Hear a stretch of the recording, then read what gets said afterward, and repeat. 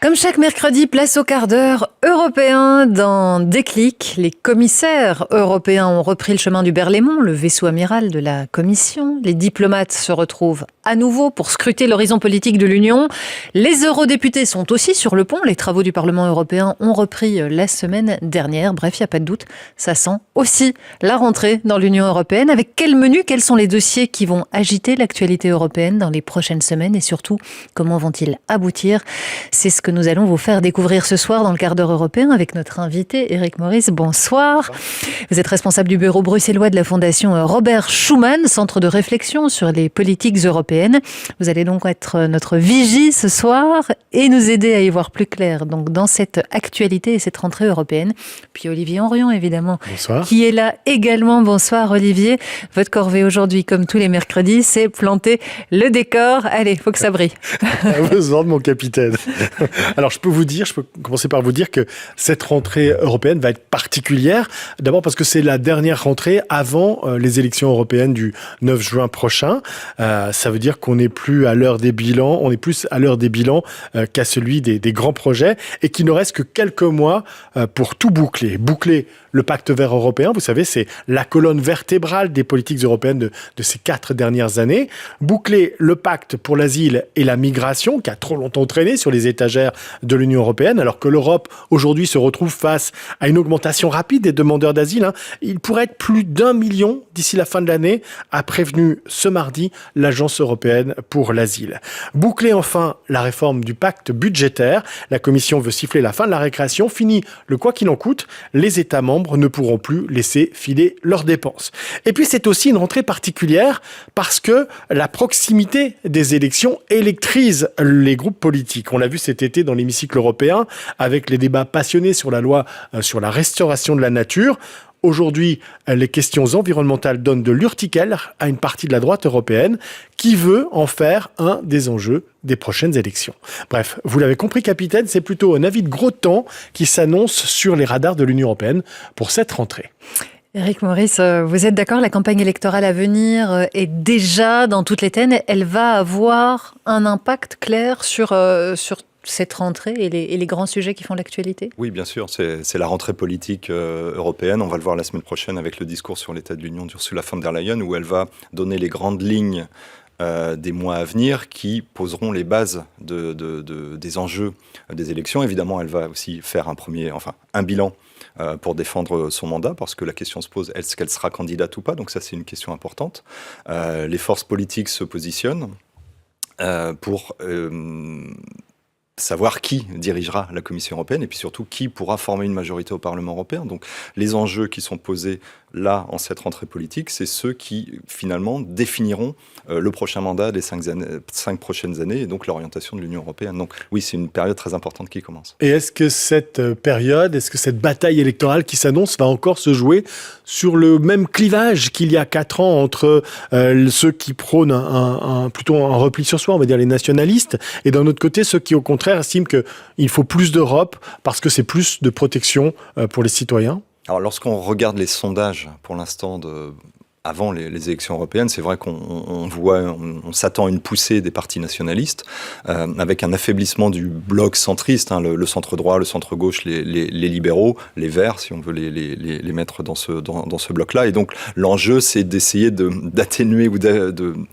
la montée des nationalistes et de maintenir ce bloc centriste. Sinon, effectivement, les décisions sont très difficiles à prendre sur des questions comme le climat, comme l'économie, évidemment l'état de droit, la migration, les relations extérieures. Donc cette balance entre le centre et les nationalistes, c'est ce qu'il y a dans toutes les têtes.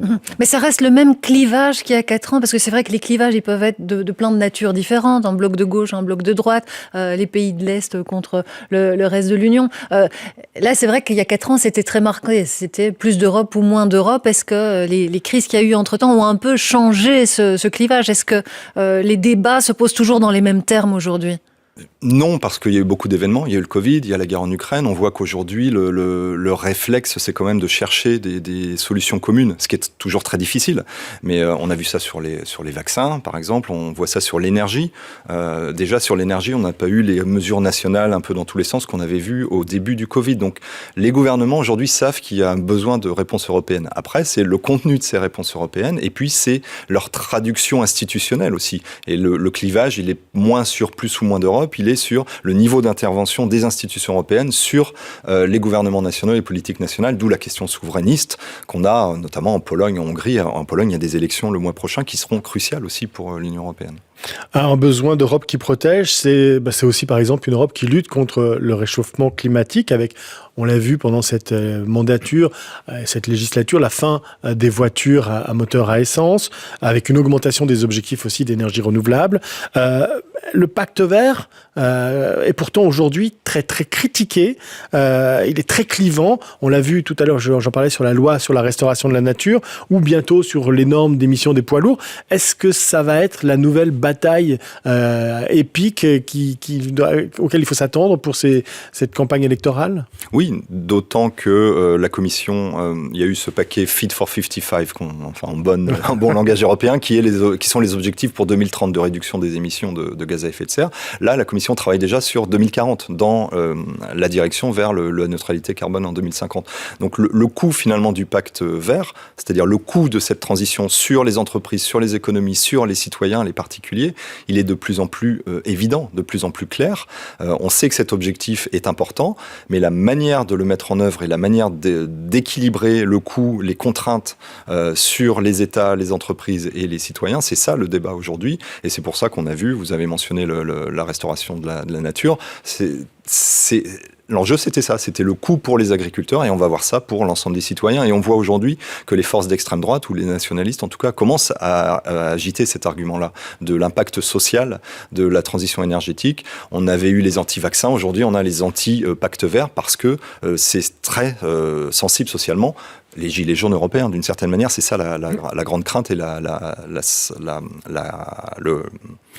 grande crainte. Pardon. Et est-ce que lorsque on entend Ursula von der Leyen, la présidente de la Commission, dire aujourd'hui qu'il faut revoir la protection des loups parce qu'ils menacent le bétail et l'activité humaine, est-ce que c'est une manière de donner des gages à ces critiques justement du pacte vert, parfois qui viennent de sa propre famille politique? Oui, parce qu'on voit, alors il y a l'exemple connu aujourd'hui des forces politiques européennes des Pays-Bas, où un parti protestataire agricole est devenu la première force au Sénat et pourrait faire un très bon score aux élections anticipées à l'automne. L'Allemagne est très la CDU, CSU, donc le centre droit, essaye de retrouver un leadership politique, et donc ils sentent que cet électorat-là, qui est leur électorat traditionnel, les agriculteurs, les ruraux, est de plus en plus opposé, ou en tout cas de plus en plus inquiet par le coût, encore une fois, pour eux, de ces mesures climatiques ou environnementales. Et donc, oui, le loup, c'est... on crie au loup, quoi. Voilà, on crie au loup parce que c'est quelque chose qui est très concret aussi. Quand un troupeau se fait manger par un animal, forcément, ça demande en tout cas, il y a une demande de réponse politique, et on voit dans cette rentrée politique qu'il y a un besoin de ces partis centristes de donner des réponses, ou en tout cas des pistes de réponse, de montrer aux citoyens qui s'occupent d'eux pour éviter ce vote. Vous la voyez rempilée, Ursula von der Leyen?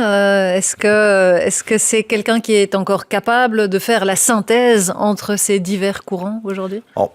On sent qu'elle aime son rôle actuellement, parce qu'elle a un positionnement où elle se met beaucoup en avant, elle prend des initiatives politiques.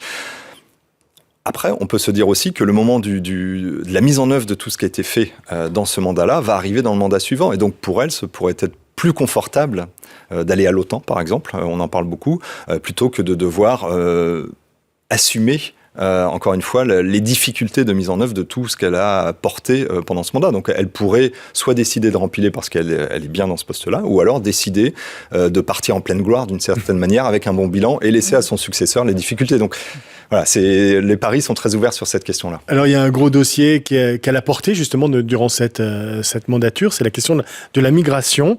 C'est un vrai sujet qui ne fait pas de consensus. Il y a eu quelques avancées ces derniers mois, notamment les ministres de l'Intérieur qui se sont mis d'accord sur la notion de solidarité obligatoire. Tout le monde est responsable de l'accueil ou de la relocalisation des demandeurs d'asile, et ceux qui ne le sont pas vont passer à la caisse. Mais bon, on voit qu'il y a toujours des pays comme la Pologne, comme la Hongrie qui résistent. Est-ce qu'on peut passer outre l'opinion de ces deux pays ? C'est difficile parce qu'on a besoin d'eux, notamment la Pologne qui est quand même un État membre important. Le problème, c'est que ces projets sur la migration étaient faits pour gérer les futures crises. Et aujourd'hui, vous avez mentionné les chiffres, la crise, elle est quasiment de nouveau là.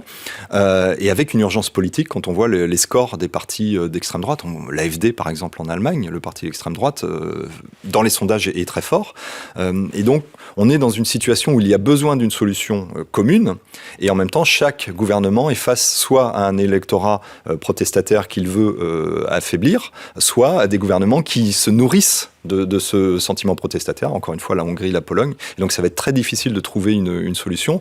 Les États qui ont la présidence du Conseil des ministres se sont engagés à trouver une solution avant les élections européennes, donc c'est la présidence belge au premier semestre 2024 qui commence en janvier, qui sera chargée de trouver cet accord-là. Il y aura un accord parce que tout le monde a aussi besoin de dire, voyez, on sert à quelque chose, on trouve des solutions, mais il va falloir voir le niveau d'ambition de cet accord. On parlait des réticences de la Hongrie, un autre dossier sur lequel c'est le cas, c'est l'Ukraine. Olivier, c'est un autre gros dossier sur la table de l'Union. Oui, avec deux points en particulier qui sont à l'agenda. Le premier, c'est le coût de la guerre. Il faut une rallonge au budget européen, 50 milliards d'euros sur 4 ans, estime la Commission, et ça aussi, ça va faire parler dans les prochaines semaines. Et puis le second point, c'est l'élargissement. Les États membres ont accordé le statut de candidat, à l'Ukraine en juin dernier. La Commission devrait faire état de l'avancée des progrès en octobre prochain pour permettre aux chefs d'État et de gouvernement de décider si oui ou non ils vont ouvrir les négociations. Alors le suspense est assez léger parce que la plupart des dirigeants ont déjà intégré finalement l'idée que l'Ukraine, la Moldavie et puis les pays des Balkans vont rejoindre l'Europe. Écoutez d'ailleurs Charles Michel, le président du Conseil, il s'exprimait devant plusieurs dirigeants de ces pays. C'était en Slovénie le 28 août dernier. Nous devons parler du calendrier. Nous devons aussi parler du travail que nous devons entreprendre. Je suggère d'intégrer des objectifs clairs dans le futur calendrier stratégique européen.